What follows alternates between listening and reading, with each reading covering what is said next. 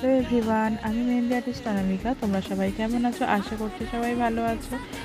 আমি প্রতিদিনের মতো আবারও আজকে একটা নতুন ব্লগ ভিডিও শেয়ার করতে চলে আসলাম।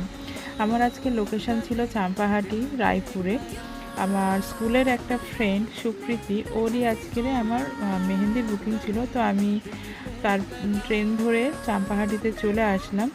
চলে আসার পরে আমি সেখান থেকে টোটো ধরে ওদের লোকেশানেও পৌঁছে গেছিলাম।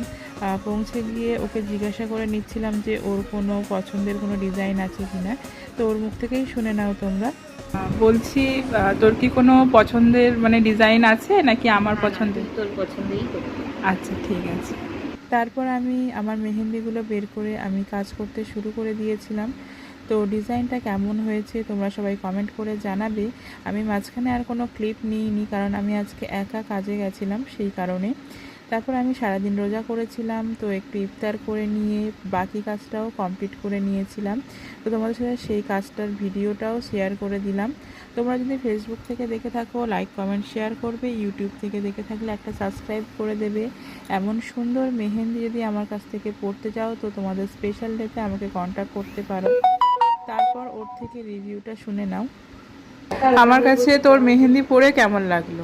আমার তো খুব ভালো লাগলো। এরকম ডিজাইন আমি দেখেছি কিন্তু কোথাও আগে করা হয়নি। তো তুই এত ভালো এত সুন্দর করে দিলি নিজের মতো করে, আমার খুবই পছন্দ হয়েছে। আবার কালার আসবে যখন তখন আবার রিভিউ দেবো। আচ্ছা, এটা আমার পুরো আচ্ছা, সুন্দর হয়েছে।